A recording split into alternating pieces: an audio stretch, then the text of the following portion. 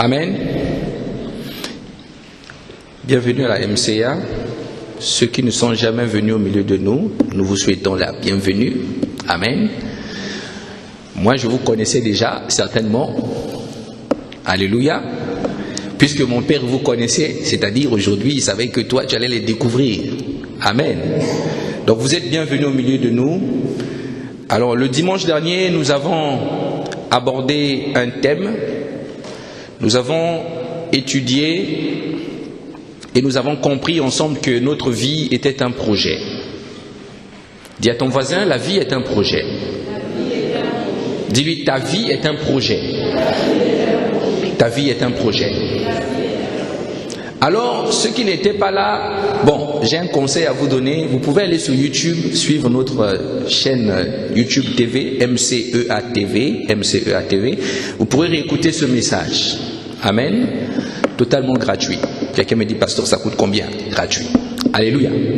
Vous pouvez suivre et réécouter ce message. Dieu nous a vraiment fait du bien. Vous savez, le dimanche en question, le dimanche dernier, je voulais pas prêcher sur ce thème. En réalité, lorsque je prépare un message, je prends le soin de demander au Seigneur, dis-moi, qu'est-ce que tu veux que je dise à ton peuple? Alléluia. Je prends toujours le temps de demander, parce que je ne peux pas vous donner des messages que j'ai réfléchis et que je viens devant l'estrade, je commence à vous parler de certaines choses. Ou en fonction de ce qu'on m'aurait aussi dit, j'en fais un message. Non, le message est divin, le message doit être donné par Dieu. Alléluia. Donc, nous avons vu que notre vie était un projet. Et nous avons parlé, nous avons dit que nous sommes un centre d'évangélisation. Quelqu'un se souvient? On a dit que si tu veux que l'Église évangélise, commence toi-même par être le premier évangéliste. Alléluia. Nous avons dit que lorsque Dieu vient mettre Adam sur la terre, le but, ce n'était pas que Adam puisse peupler la terre et se multiplier. Non, le but c'était que Adam fasse la démonstration de l'existence d'un Dieu invisible qu'il était. Et Adam apporte la preuve du royaume. Et c'est ce que Adam n'a pas pu faire. Parce que le diable est venu le corrompre. Alléluia. Maintenant, Dieu sachant ces choses, il a envoyé maintenant un deuxième Adam. Vous verrez dans 1 Corinthiens 15, verset 45, la Bible vous parle de Jésus comme étant le second Adam. C'est-à-dire celui qui est venu en deuxième position pour accomplir le projet initial de Dieu. Et il est venu, il a parlé comme Dieu. Il dit, je ne fais rien par moi-même. Tout ce que je fais, j'ai vu le Père faire. Et moi aussi je le fais. Il est venu, il dit, le royaume des cieux est arrivé au milieu de vous. Il a proclamé, il a guéri les malades, les paralytiques ont marché. Alléluia. Ce n'est pas des histoires, c'est vraiment des choses qui se sont passées.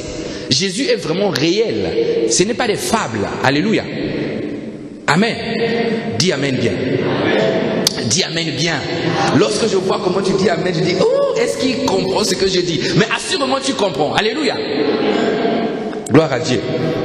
Donc Jésus est venu pour accomplir le projet que Adam avait faussé.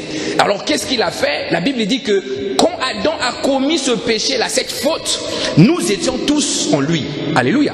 Voilà pourquoi lorsque nous naissons avec cette nature charnelle que nous avons héritée du premier Adam. Ça ne nous quitte pas, c'est en nous. Que tu sois chrétien, pasteur, évangélique, bishop, archibishop, je ne sais pas. Mais cette nature, tu l'as. Alléluia. Mais il a fallu que Dieu vienne et clouer cette nature dans un corps semblable au nôtre. C'est pour ça que Jésus a revêtu la chair. Et lorsqu'il est venu, il a donné accès à tous les hommes. Accès à la présence du Père. Donc avant, l'église, là où nous sommes là, normalement ce lieu devait être fermé avec un gros rideau. Ici, il y avait peut-être que le pasteur qui pouvait monter ici. Il n'y avait personne d'autre. Et pour rentrer ici, vous devez tous vous laver là-bas dehors, les mains, les pieds, vous lavez, vous vous purifiez, vous faites une semaine, personne ne regarde une femme de travers. Non, non, non, vous devez faire toutes ces choses-là. Mais à cause de Jésus, la Bible dit que le voile du temple s'est déchiré. Et nous avons accès maintenant à la présence de Dieu. Alléluia. C'est ça la bonne nouvelle, c'est ça l'évangile. Amen. Alors ce matin, Nous allons continuer, puisque nous étions en train d'aborder notre thème général à la découverte de la nouvelle création, et nous étions en train de voir comment je fais pour vaincre les œuvres de la chair. Nous avons commencé par les péchés qui touchent le corps, nous avons vu comment vaincre l'impudicité, comment vaincre l'impureté, comment vaincre les inimitiés, comment vaincre l'alcoolisme. Vous savez, c'est bien de dire aux gens, ça c'est un péché, ça c'est un péché, ça c'est un péché. La Bible dit ça c'est un péché. C'est bien. Mais ce qui serait mieux serait de dire aux gens comment concrètement tu fais pour sortir de ce péché-là. Alléluia. Paul dit, je veux faire le bien, mais je me retrouve à faire le mal que je ne veux pas. C'est-à-dire c'est quelque chose qui est plus fort. Alléluia. Alors, ce matin, nous allons toujours continuer sur les œuvres de la chair et nous allons aborder un thème ce matin, comment vaincre les disputes. Dis à ton voisin les disputes. Dis-lui bien les disputes. Je crois que les mariés se reconnaissent, même les mariés en Christ. Lorsqu'on passe au mot des disputes, tu vois, ils se souviennent, il y a 2 semaines, ça s'est bien passé chez eux. Alléluia.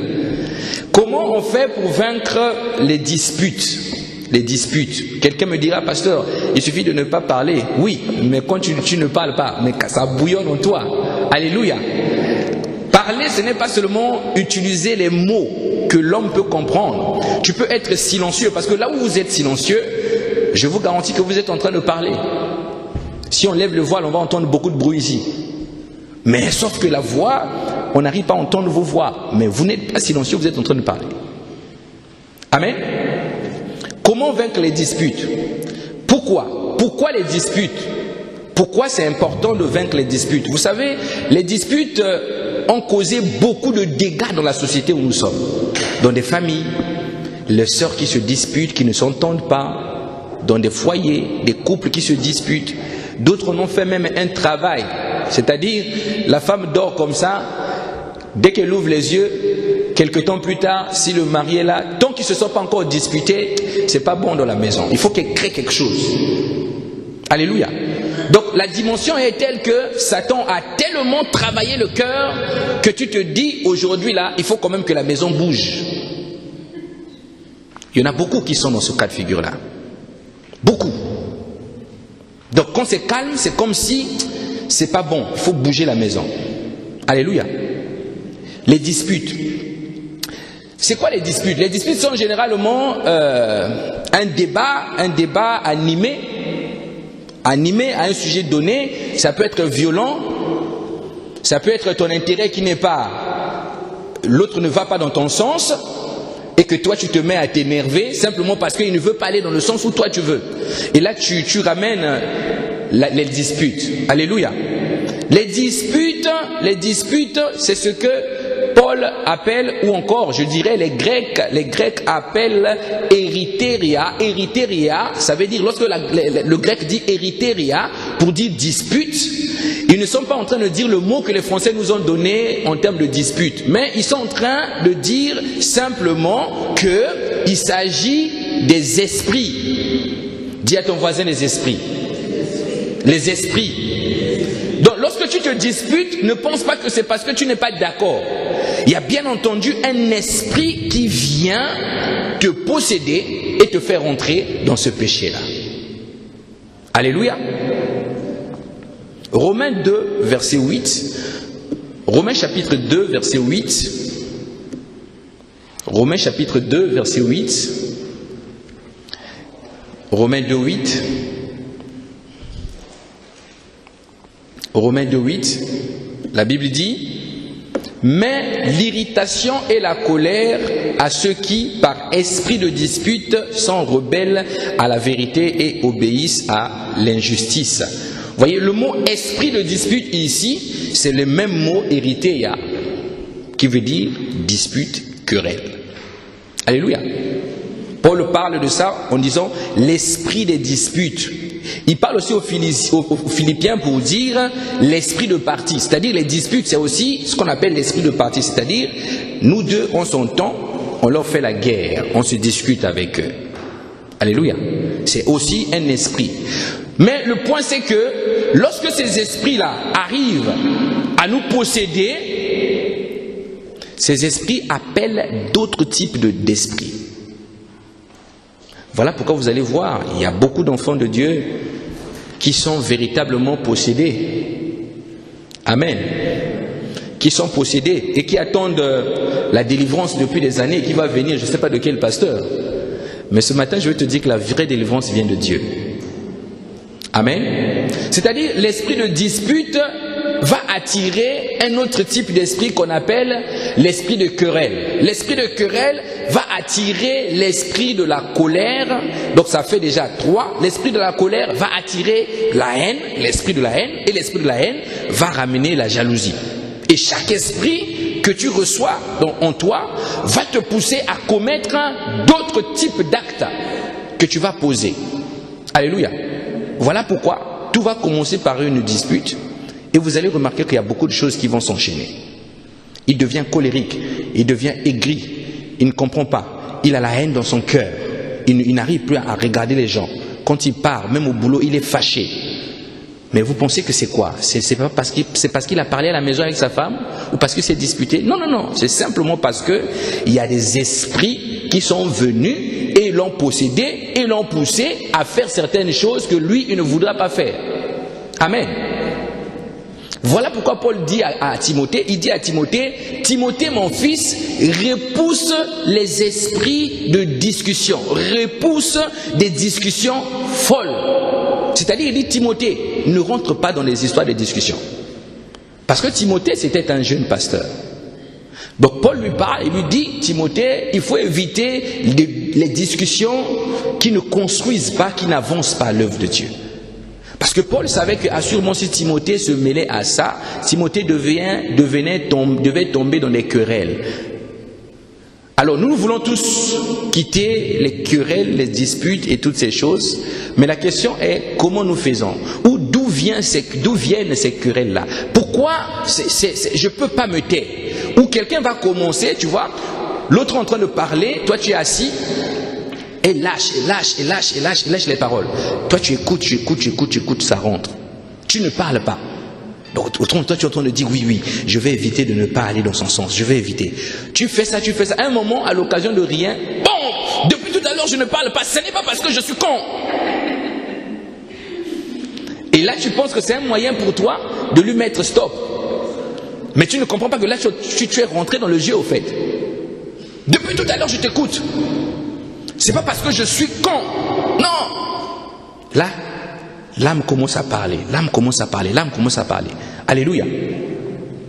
Mais les disputes viennent généralement d'un esprit d'accusation. L'esprit d'accusation que nous avons aussi hérité d'Adam. Alléluia. Dieu te donne la responsabilité, il te dit, garde, prends soin, veille sur le jardin. Alors Satan vient faire l'embrouille entre toi et ta femme. Et toi tu te lèves, tu dis, quand Dieu dit, mais qu'est-ce qui s'est passé? Qu'est-ce qu'Adam a fait? Adam a dit, ce n'est pas moi, c'est la femme. Ce n'est pas moi, c'est la femme. Donc c'est des esprits d'accusation qui arrivent comme ça, que nous avons hérité. Attention, ces esprits-là sont dans la nature charnelle. Les esprits d'accusation. Ce n'est pas moi, c'est lui. Ce n'est pas moi, c'est lui. Même dans l'église, dans les départements là. Mais qui a fait telle chose? Pasteur, c'est pas moi, c'est notre responsable là. Comme par hasard, dans toutes les églises, la faute, c'est toujours le pasteur, c'est toujours le responsable. Toujours les pasteurs, les chrétiens sont toujours saints. Donc la faute, c'est toujours les pasteurs et les responsables. Mais si l'église n'a pas marché, le point, c'est qui? Le pasteur. Il était bizarre. Avec nous. Alléluia. Pourquoi dans votre église, on a l'impression que les gens ne sont pas joyeux? Ils ne sont pas joyeux. C'est le pasteur. Il a créé un système. Il critique les gens. Alléluia. Et vous êtes toujours saint, vous êtes toujours propre, vous êtes toujours lisse, clean. Donc vous, Dieu vous lave, nous, Dieu nous salit. Alléluia. Je vais dire à ton voisin, sois délivré ce matin. Amen. Sois délivré ce matin. Les disputes ont des origines. Les origines qui qui viennent de nous, notre façon de marcher, notre manière de faire, c'est-à-dire là où nous sommes passés, les chemins où nous avons pris dans notre vie. Ces chemins-là peuvent générer aussi des disputes. Alors nous allons voir donc les 5 origines majeures des disputes, parce qu'il y a 5 origines que je vais devoir parler ce matin pour que vous compreniez un peu. Quand quelqu'un se dispute, ce n'est pas parce qu'il a forcément envie. Quelquefois, c'est l'éducation qu'il a reçue qui lui pose un problème. Vous savez, revenons un peu au couple. J'aime parler des couples parce que la relation entre Christ et l'Église est comparée à la relation de couple. Amen. Voilà pourquoi on parle, on dit qu'il est notre époux et nous sommes son épouse. Donc, la première source des disputes, ce n'est pas seulement le problème. Ce n'est pas d'abord le problème qui s'est passé. Pourquoi vous vous disputez? Pasteur, ça fait 10 mois, il me trompe. Je vois des photos sur son portable, mais lui, quand je lui pose la question, il me dit non. Les disputes commencent. Non. C'est pas d'abord ça. La première source de dispute, c'est ce qu'on appelle nos différences. Dis à ton voisin nos différences. Nos différences. Nos différences. C'est la première source des disputes. Nos différences. C'est-à-dire, moi et toi, nous sommes différents. Toi, tu as été éduqué par un père militaire. Moi, j'ai été éduqué par un père enseignant. Et nous deux, nous venons nous marier, nous nous mettons dans un foyer. Nous avons reçu 2 éducations différentes. Alléluia. Chez nous, on nous avait appris à dormir tard. Chez toi, vous dormez tôt. Nous nous mettons dans le foyer. Toi, tu vas chercher à dormir tôt. Et moi, je vais mettre la musique au salon. Amen. Ou je vais mettre un son qui commence à te déranger. Et toi tu te lèves, toi tu ne me respectes pas, je suis ton mari, je dors, toi tu es en train de mettre la musique. Mais non, le point c'est qu'elle a été éduquée comme ça. Dis-moi amen. Donc il y a des différences. Il y a un qui est, ou une qui est ordonnée, disciplinée. Il a vu faire ses parents. Dans leur famille, tous ils sont comme ça. Lorsque tu rentres dans leur maison, tu as l'impression que la maison, tout est posé à l'endroit. Mais celle ou celui qui va aller épouser, c'est quelqu'un qui était vraiment, vous voyez. Donc même la télé, l'enfant a craché dessus le lait, on passe juste le chiffon, les traces restent, tu vois. La maison, les choses sont dans tous les sens.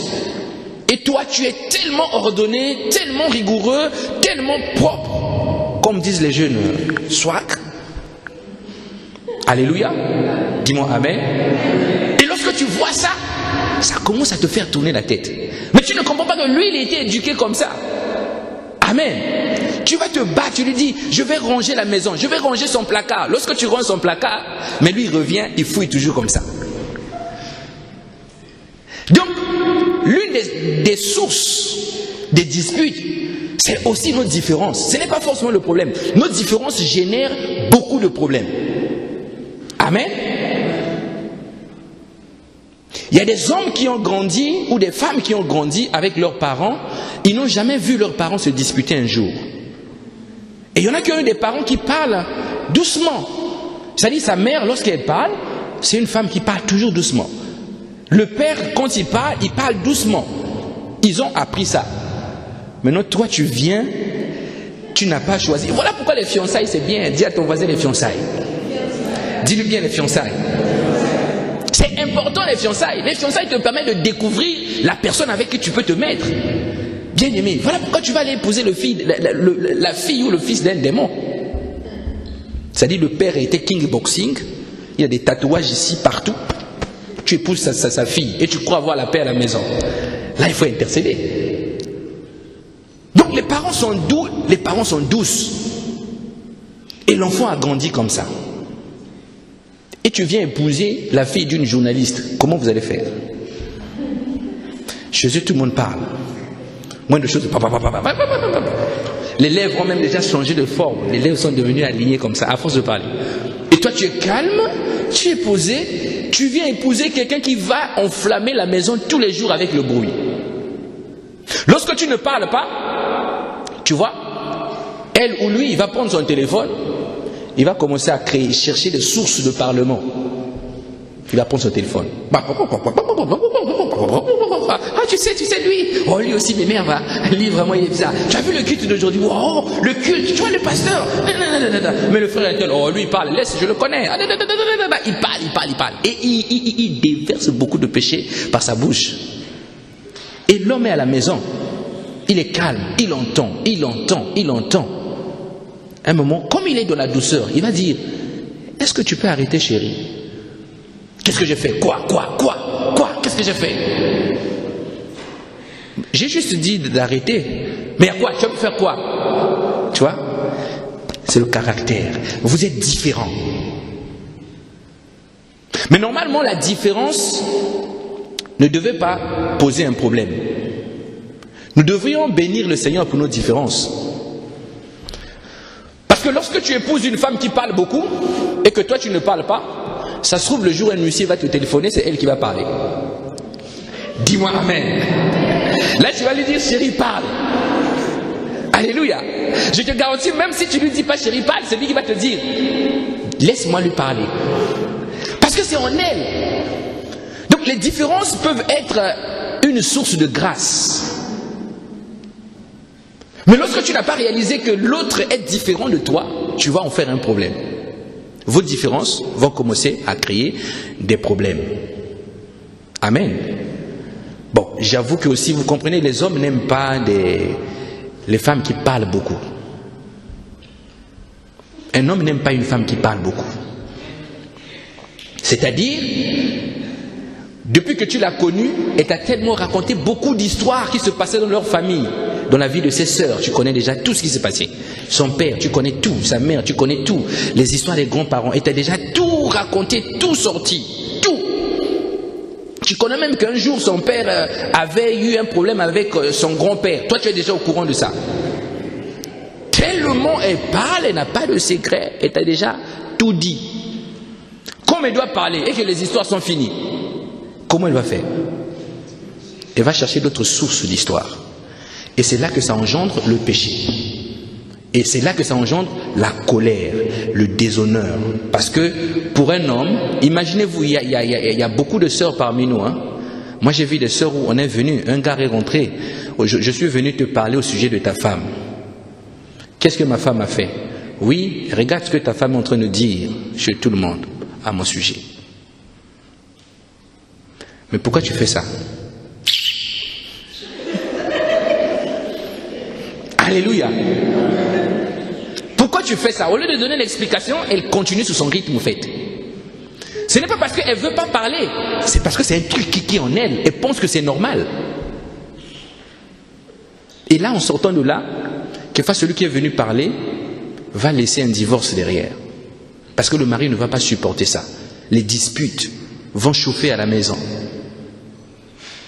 Alléluia. Il y en a qui ont vu... Il y a des enfants qui ont vu maman taper papa.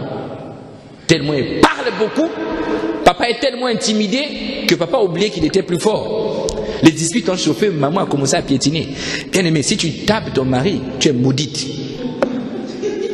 Alléluia. Dis-moi amen. Donc si tu es là, tu sais que dans ta famille, il y en a qui tapent.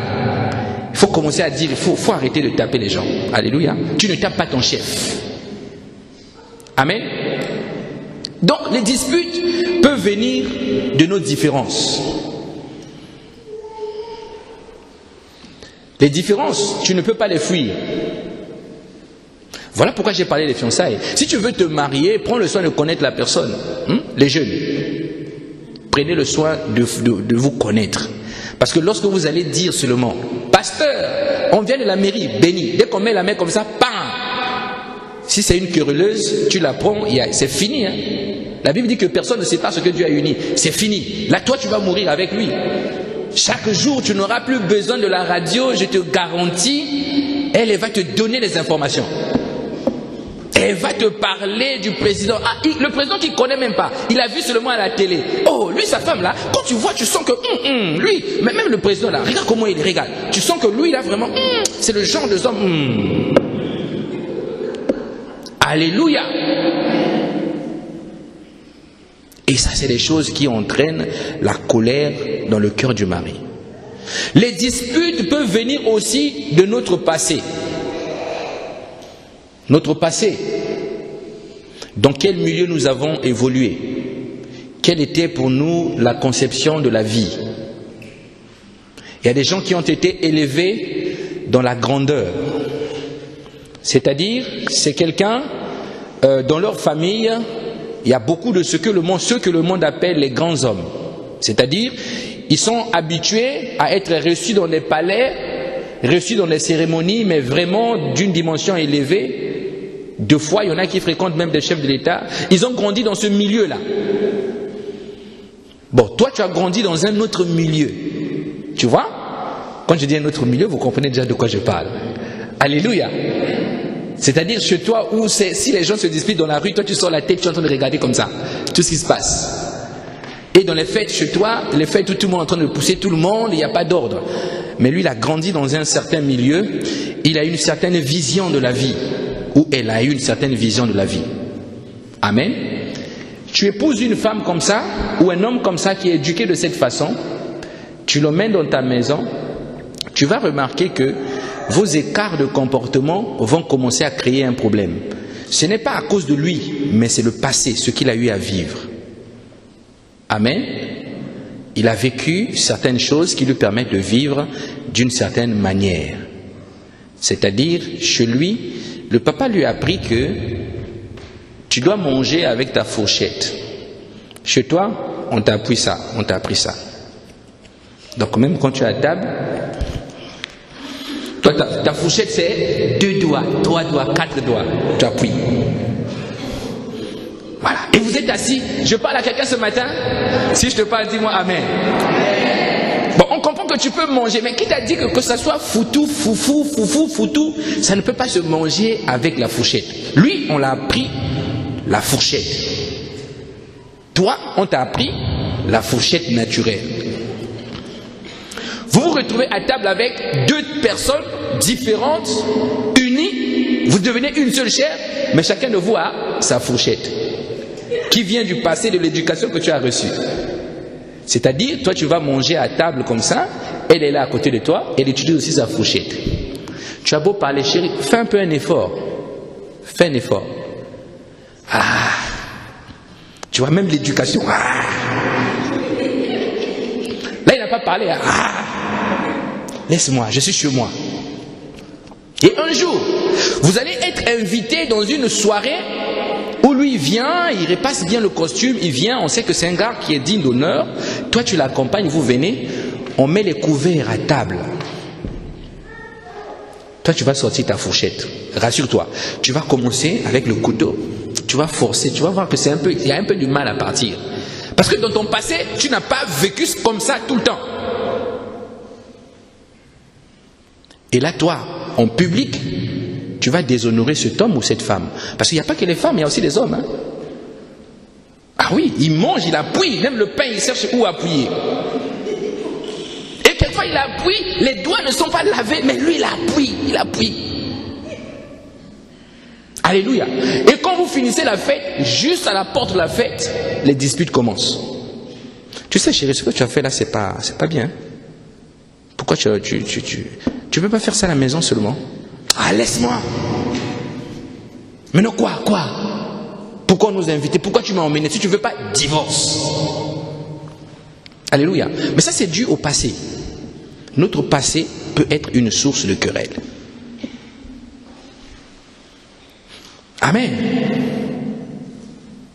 Ou tu es quelqu'un qui est, dans ton passé, tu as été blessé au-dedans de toi. Parce qu'il y a des gens qui se marient avec des lions, hein? Quelqu'un qui est blessé, comprenez que si tu es blessé, tu finiras toujours par blesser. Supposons que tu as une sœur. Ton papa t'avait violé par exemple, parce que c'est des choses qui se passent. Ton papa a abusé de toi, et toi tu te maries. Le fait qu'il a abusé de toi a créé en toi une blessure.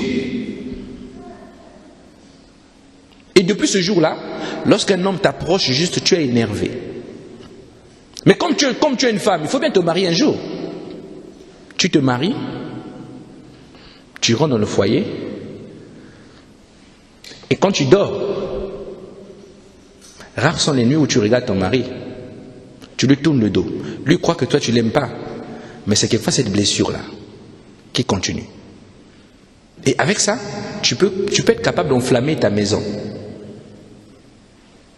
La colère va commencer. Mais qu'est-ce qui a fait ça? C'est la blessure que tu as, pas que la personne que tu es. Alléluia. Les blessures peuvent aussi venir de nos convictions, de nos objectifs, parce qu'il y a beaucoup qui vivent une vie par calcul, machine à calculer. Donc toi tu te maries avec un homme parce que tu as calculé, tu as réfléchi, tu as dit, lui là, comme moi, je suis son feuille, je vais l'épouser.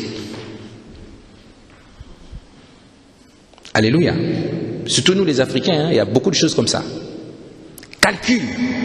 Tu calcules, tu dis, lui, il a un bon travail, il a une belle voiture. Ça veut dire que si je me marie avec lui, moi je peux rouler dans une voiture, moi je peux avoir de l'argent pour faire ce que je veux, moi je peux. Et lorsque tu te maries vraiment avec lui, tu vois que lui, il a du mal à lâcher certaines choses. Sa carte bleue pour avoir ça, c'est un problème.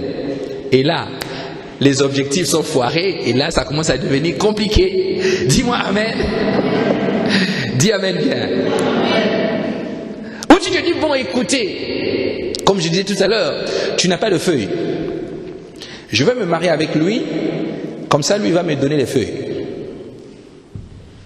Je veux dire, les papiers, vous comprenez? Je veux me marier uniquement sous cette motivation. Calcul, objectif.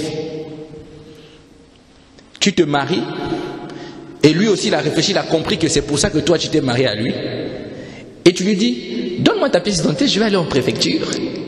Il te dit, non, je ne donne pas, il faut attendre. Tu attends.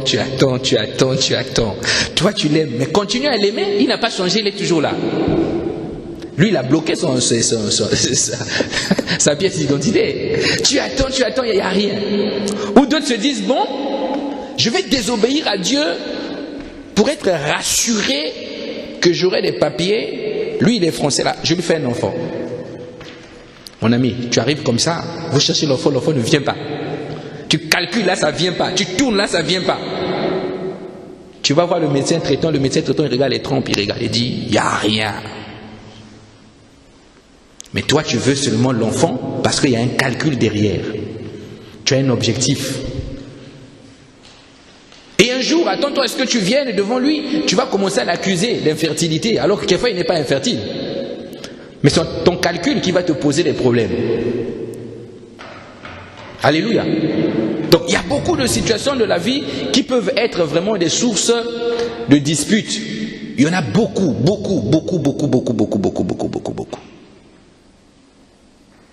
La Bible dit que la bouche qui parle ne manque pas de péché, n'est-ce pas? La bouche qui parle ne manque pas de péché. Mais lorsque nous parlons de la parole de Dieu, est-ce que nous péchons? On ne pêche pas. Alléluia. Et il y en a d'autres qui procèdent par camouflage, c'est-à-dire, c'est une femme bavarde, mais lorsque toi tu es là, elle sait qu'elle va t'épouser, vous allez vous marier, les promesses sont bien, elle va commencer à jouer les silencieuses. Silencieuse, elle joue la femme idéale. Parce que tu lui avais simplement dit que moi j'aime pas les femmes qui parlent beaucoup. Elle va jouer le rôle. Elle va rentrer dans un rôle. Elle va commencer à jouer ce rôle. Silencieuse. 6 mois de fiançailles, 8 mois de fiançailles. Silencieuse. Elle vient même tresser ta mère. Elle est calme, elle est très calme. Serpent. La mère dit, oh, mon fils a trouvé vraiment une bonne femme. Silencieuse. Maman, que veux-tu que je fasse? Ma fille, ça va aller. Tellement serviable. Jeu, camouflage. Alors que la bouche parle. Mais dans son silence, elle n'est pas silencieuse. Parce que si tu n'es pas silencieuse, tu ne peux pas jouer un rôle. Parce qu'au-dedans de toi, il y a ça qui tourne au fait. C'est-à-dire, pendant que tu es silencieux, tu joues les silencieuses, tu es en train d'insulter, tu es en train de continuer ton boulot. Alléluia. Et tu vois, c'est les femmes qui arrivent aussi à rentrer dans le mariage avec ça, camouflage. Mais comme le mariage libère, un homme a dit, l'amour est aveugle, mais le mariage rend la vue. Dis-moi amen. C'est-à-dire quand tu es amoureux là, tu ne vois pas les choses. Tu vois seulement elle est là. Quand vous avez rendez-vous, maquillée, bien, robe choisie, elle parle d'une certaine façon, elle fonctionne d'une certaine façon. Alléluia. Vous arrivez au mariage. Banque. Après le mariage, il y a des choses que toi tu ne voyais pas, qu'elle faisait semblant. Toi tu pensais qu'elle avait les cils comme les cils des blanches. Mais elle, pour se démaquiller, elle attend que tu dors. Quand tu dors seulement, là elle se démaquille. Et le matin, elle tire bien la couette et dort profondément. Mais dans le mariage, elle ne fera pas ça éternellement. Tu vas découvrir que face à une femme qui n'a pas de cils. Tu ouvres les yeux comme ça. Oh! Dis à ta voisine, le mariage rend la vue. Le mariage rend la vue. Alléluia. Et ça peut être source de dispute, source de querelle. Amen. C'est des choses dont on parle, mais c'est vraiment les réalités de la vie. Mais dans tout ça, quelle est la volonté de Dieu? Qu'est-ce que Dieu attend de nous? Quelqu'un m'avait parlé d'une femme qui vivait longtemps avec son mari. Son mari n'avait plus de dents.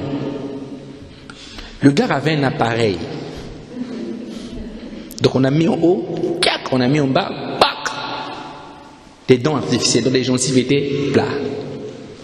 Ils se sont connus, mariage, papa, une année, un enfant, papa, 2 ans, 3 ans, 4 ans, 10 ans, 15 ans, 20 ans de mariage. Puis un jour, le médecin dit au gars, tes prothèses dentaires, quand tu vas dormir, essaie un peu de les enlever à cause des gencives et de la durée. Donc lui, maintenant qu'est-ce qu'il faisait avant de dormir? Waouh! Le gars, il attendait que la femme dorme. Tant que la femme n'était pas partie au lit, lui, il partait pas. Il partait pas. Et puis la femme ne comprenait pas. Quand la femme voulait faire bijou sous la bouche quand il dormait, lui, il donnait la joue. Alors que dedans, il avait enlevé l'affaire. Sauf qu'un jour, là où il avait mis ses prothèses dentaires, un enfant avait pris à déplacer. Donc tout le monde s'est réveillé à la maison le matin. La femme parle au mari. Chérie, c'est quoi le programme d'aujourd'hui? Alléluia. C'est quoi le programme d'aujourd'hui? Oh, tu as un problème? Vous voyez? L'appareil dentaire est mis de côté. Et là, la femme a commencé à pousser. Parle, toi aussi tu parles pas. Qu'est-ce qui se passe? Tu as un problème? Tu veux qu'on aille voir le médecin? Tu n'arrives plus à parler, qu'est-ce qu'il y a? Allez, elle a appuyé la bouche comme ça. Et puis elle a vu les lits.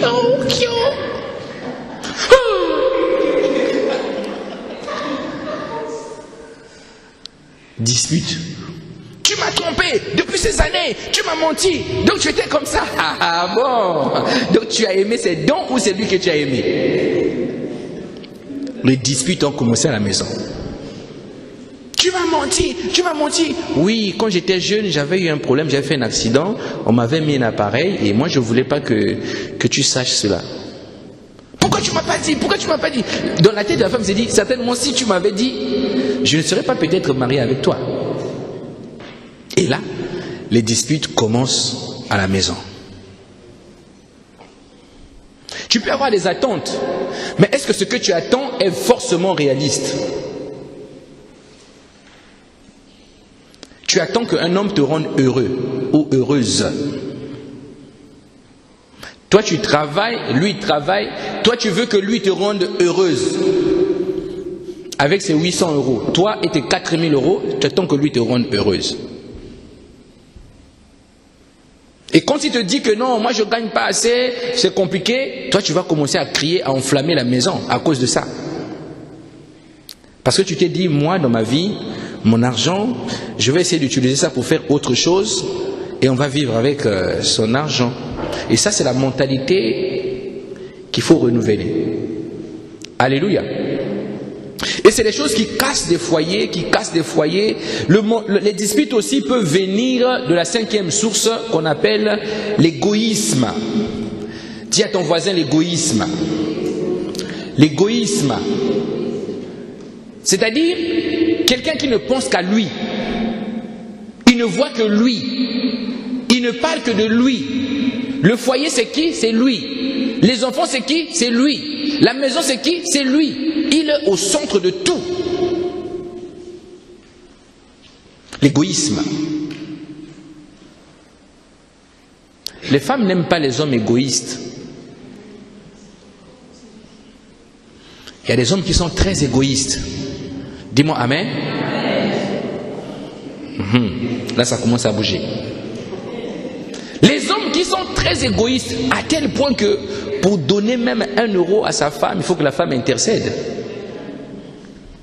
C'est-à-dire, lui, il va préférer aller acheter une baguette que te donner 1 € pour que tu achètes une baguette de peur que tu prennes les 20 centimes qui restent. Alléluia. Et ça peut être une grande source de dispute. Tu ne vois jamais son argent. Sauf quand il est fauché, il commence à te parler de la galère. Parce qu'il calcule sur toi, il dit, est-ce que je ne peux pas encore tirer un peu chez lui? L'égoïsme. Source de problèmes, source de conflits, source de disputes. Fais-moi ça, fais-moi ci, fais-moi ça. Dans le mois, toi tu lui as demandé 20 fois de faire des choses pour toi. Lui te demande une fois de faire pour lui, tu as du mal avec ça. Ou tu aimerais qu'on pense qu'à toi. Tout tourne autour de toi. L'égoïsme. Jésus ne nous a pas enseigné à être égoïste. Jésus donnait. Il donnait. Parce qu'il considérait que ce qui était à lui était aussi aux autres. Jésus n'était pas un égoïste. Vous avez vu Jésus se disputer avec les apôtres? Parce que les apôtres avaient faim? Non, il n'était pas égoïste. Donc, lorsque tu es égoïste, bien aimé, avant d'aller te marier avec quelqu'un, viens, on va prier d'abord. Parce que c'est un esprit. Alléluia. Voilà pourquoi mon frère, ma soeur, tu vas aller épouser une femme ou un homme possédé. Alléluia. Très égoïste. Parce que chez eux, ils ont été éduqués comme ça, élevés comme ça. C'est d'abord toi, tes intérêts. Si ça ne passe pas, ce n'est pas une bonne chose. Et l'égoïsme, c'est quelque chose qui est très très dangereux. Chez une femme, l'égoïsme peut te pousser à faire beaucoup de bêtises, beaucoup d'erreurs. Tu deviens gentil vers ton mari la fin du mois. Alléluia. Le 1er, le 2, le 15, tu es, laisse-moi, va manger là-bas, la nourriture de la marmite. J'ai préparé, non, tu veux quoi? J'ai préparé pour toi. Alors qu'avant même de préparer, elle finit de préparer, elle mange d'abord elle-même. Elle finit d'abord bien, elle prend les morceaux qu'elle veut là, elle mange d'abord. Après, il te dit, va la nourriture là-bas, j'ai préparé pour toi. L'égoïsme, l'individualisme, source de conflit. Donc il faut comprendre que lorsque tu vas aller rentrer pour épouser l'enfant d'autrui, si c'est une femme, comprends que toi, tu dois devenir son serviteur ou sa servante. Je crois qu'une femme n'est pas d'accord avec ça. Amen. Tu dois apprendre à le servir. Parce qu'une chrétienne, ce n'est pas la fille de Ève. Vous n'êtes pas les filles de Ève.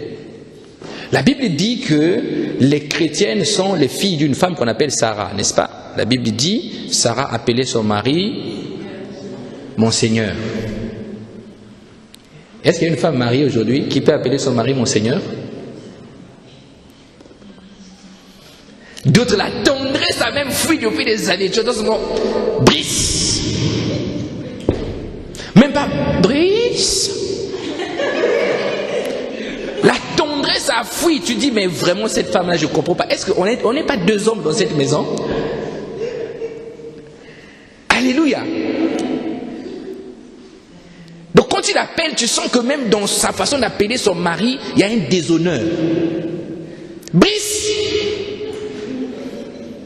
Essuie un peu les fauteuils. Moi, je m'occupe de la cuisine. Alléluia. Il y a des hommes, disons le mariage, mais pour entendre même le mot chéri, c'est un problème. Et là, lui, elle a épousé un Africain. On ne m'a pas appris ça. Bon, qu'elle épouse un Français blanc, tu vas entendre. Chéri, avec sa voix d'Afrique. Chéri. Alléluia. Parce que tu comprends qu'avec ces gars-là, tu n'as pas le choix. Il y a des hommes, ils souffrent dans les foyers simplement à cause des sœurs. Vous comprenez la sœur? Pas que lui, il t'aime pas. Il t'aime. Mais ta façon de se conduire lui donne des signes qu'il ne peut pas, il est seul, il est seul, il a épousé un homme. Je comprends que tu peux ressembler à ton père. Dis-moi amen. On bénit papa. Mais une femme doit être à mesure de valoriser son mari. Pasteur, tu dis parce que tu es un homme. Oui, c'est la Bible qui dit ça. Mon Seigneur. Donc, il se réveille le matin. Bonjour mon Seigneur, tu veux quoi? Tu peux commencer une semaine. Mais si tu tiens 2 semaines, ma soeur, là vraiment on va glorifier le Seigneur. Viens, on va faire la fête. Une semaine tu fais. 2e semaine, vous allez entendre. Bon, je suis fatigué, je ne suis pas ton esclave. Hein. On a beau faire avec toi, c'est toujours comme ça. Je ne suis pas ton esclave, toi aussi tu peux faire. On est en France ici. Mais qui t'avait demandé de faire? Alléluia. C'est l'obéissance à la parole de Dieu. Ou d'autres sont tellement égoïstes qu'elles se disent non, avant que moi je fasse, lui il doit faire. Pourquoi tu ne m'appelles pas chérie? Est-ce que toi tu m'appelles chérie? Alléluia. Vous vous disputez même l'affection. Je t'appellerai chérie le jour où toi tu vas m'appeler chérie. Ou je t'appellerai chérie, il faut jouer ton rôle. Mes sacs, je l'achète moi-même. Les fonds de thé, mes sous-vêtements, je l'achète moi-même. Pourquoi je vais t'appeler chérie? Mais qui t'a dit que le chéri, c'est celui qui achète les sacs et les sous-vêtements? C'est celui que tu as épousé. Dis-moi amen. Alléluia. Donc, l'égoïsme, c'est une grande source de conflits et de querelles. L'égoïsme. On ne construit pas sur l'égoïsme. La clé de la vie chrétienne, c'est de donner. Si tu veux aller avancer avec le Seigneur, il faut que tu apprennes à donner. Le langage de l'amour selon Dieu, c'est donner. Donner. C'est un don en fait. Donc, celui qui aime, donne. Dieu a aimé, il nous a donné. Si nous aimons, nous devons donner. Dis-moi comment tu vas te mettre avec quelqu'un, tu lui donnes jamais rien. Pasteur, je lui ai déjà donné des enfants. Oh, est-ce que lui t'a épousé parce que tu donnais des enfants? Il y a des hommes qui peuvent se marier, mais ils ne veulent pas d'enfants. Hein. Lui, il veut seulement la femme, mais il ne veut pas d'enfants. Alléluia. Donc, il faut apprendre à abandonner l'égoïsme. Donc, on a parlé de 5 sources de disputes. Alléluia. 5 sources de disputes. 5 sources de disputes. La première source, comment? Nos différences. La deuxième, notre passé. La 3e source, les convictions. La 4e source, nos attentes. Je me suis marié à lui pour que lui, j'attends que lui me fasse ça. Il ne fait pas après, les disputes commencent à la maison. Nos attentes, c'est-à-dire ce qu'on attend. Les mobiles qui nous poussent quelquefois à se mettre avec quelqu'un. La 5e source, d'égoïsme. Donc si tu veux déjà commencer à éviter les disputes chez toi, dans ton lieu de travail, commence à travailler sur toi sur ces points-là. Alléluia. Les disputes ont aussi, ce que nous verrons le dimanche prochain, les disputes ont aussi ce qu'on appelle les portes. Vous savez, pour qu'un esprit rentre en toi, il faut que tu lui ouvres une porte. Si tu ouvres la porte, un esprit va rentrer et va commencer à faire ce qu'il veut avec toi. Voilà pourquoi Jésus dit que l'ennemi n'a qu'à venir, il n'a rien, je n'ai rien de lui en moi. C'est-à-dire si Satan vient, il trouve quelque chose de lui en toi, il va mettre la main. Donc il y a des portes. Il y a des portes. Et les disputes ont généralement 3 portes.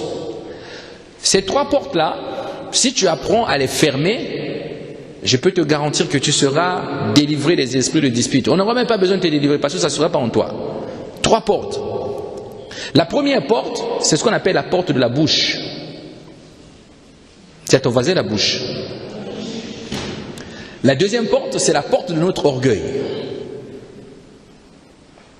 Et la troisième porte, c'est la porte de nos arguments. C'est-à-dire, ceux qui veulent toujours expliquer aux autres là. Non, attends, moi je vais t'expliquer. Si j'ai fait ça, parce que. J'ai dit ça, parce que, toi aussi, parce que. Donc, il y a 3 portes. Le dimanche prochain, nous allons apprendre comment on fait concrètement pour lutter contre les disputes, c'est-à-dire comment fermer ces portes-là. Comment tu fais concrètement pour éviter de parler, c'est-à-dire fermer la porte de la bouche, la première porte. Comment tu fais? Tout au début, on a dit que tu peux te taire, mais des fois quand tu te tais, tu as juste envie de parler. Tu peux te taire, mais ton cœur est en train de prendre les notes pour que tu les lâches un jour. Comment on fait concrètement pour fermer les portes de la bouche? Alléluia. Alors, cette série d'études, parce que je sais que les chrétiens aiment la prédication. Amen. Les chrétiens ont du mal avec l'enseignement. Amen. Voilà pourquoi vous voyez l'église, vous êtes tous calmes là. Mais c'est bien. Ceux qui prennent note, l'idée c'est de changer les vies. Parce que Jésus ne travaille pas dans l'excitation et l'agitation. Jésus travaille dans le changement des vies. Alléluia. Parce que moi je suis au courant. Nous les pasteurs, nous sommes devenus pour plusieurs comme des one-man show. C'est-à-dire, il vient à l'église pour rire. Le pasteur fait des scènes bizarres sur l'estrade, il raconte des histoires. Lui, il rigole, il change, il sort de là, sa vie n'est pas changée, sa vie n'est pas transformée. La parole qui a été lâchée est tombée sur des terres desséchées. Il n'y a pas de fruits. Mais quand on donne l'enseignement, on vous donne des clés qui vont vous permettre d'aller ouvrir quelque chose qui va débloquer certaines situations dans votre vie. Parce que Dieu veut que nous changeons de vie. Dieu ne veut pas que nous soyons ceux qui viennent remplir les salles d'église pour remplir des salles d'église. Non. Quand tu viens à l'église 1 année, 2 ans, et que ta vie ne change pas, et que dans ton milieu là où tu habites, tout le monde te dit toujours, mais il faut que tu changes, alors que toi tu pries quelquefois 3 heures, 4 heures de prière, plus que même le pasteur. Mais quand tu sors de là, tu es plus méchante avant même de rentrer dans la prière. Comment vous expliquez ça? Et le but de l'enseignement, c'est d'apporter la connaissance qui va te permettre de libérer ta vie de l'esprit du monde. Alléluia. Donc, ceux qui n'ont pas participé au premier message de cette série, ces messages sont en ligne, réécoutez-les, prenez le soin de noter. La Bible dit ne soyez pas des auditeurs oubliés, notez et priez le Seigneur qui nous aide à appliquer ces choses. Amen. C'est en appliquant la parole, en obéissant, que la parole nous transforme. Ce n'est pas en écoutant.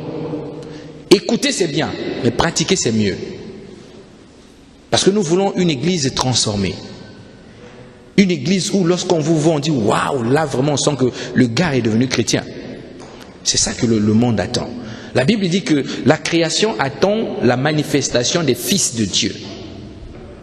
Les fils de Dieu. Donc les comportements là, lorsque vous allez sortir de l'église là, il faut commencer à apprendre à oublier ça. Les mauvais comportements, je veux dire. Alléluia. Si avant de venir à l'église, tu avais critiqué les gens en sortant de l'église, tu ne devrais plus remarcher sur ce pas-là. Parce que tu aurais appris certaines choses. Chacun de nous a un rôle. Chacun de nous a son rôle à jouer dans le corps de Christ. Mon rôle, c'est de faire ce que je fais. Je donne. Ton rôle et ta responsabilité à toi, c'est d'appliquer ce que la parole dit. Amen. On va se tenir debout.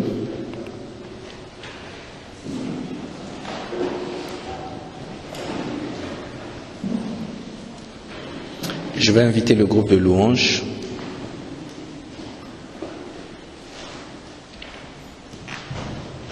La prochaine fois, nous verrons comment fermer les portes. Alléluia. Qui aime Jésus ce matin? Qui aime Jésus ce matin? Si tu aimes Jésus, tu peux acclamer pour Jésus.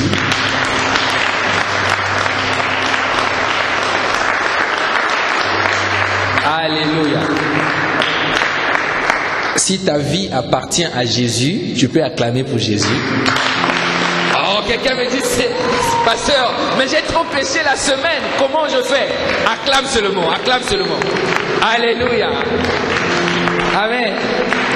Parce que tu vois, le fait que nous sommes là ce matin, c'est déjà la preuve que nous lui appartenons. Nous avons obéi. Alléluia. Nous allons prier, nous allons dire au Seigneur, aide-nous à lutter contre l'esprit des querelles. Aide-nous à vaincre les disputes. Je sais que tu peux te dire, je ne suis pas quelqu'un, une femme ou un homme, querelleur ou querelleuse.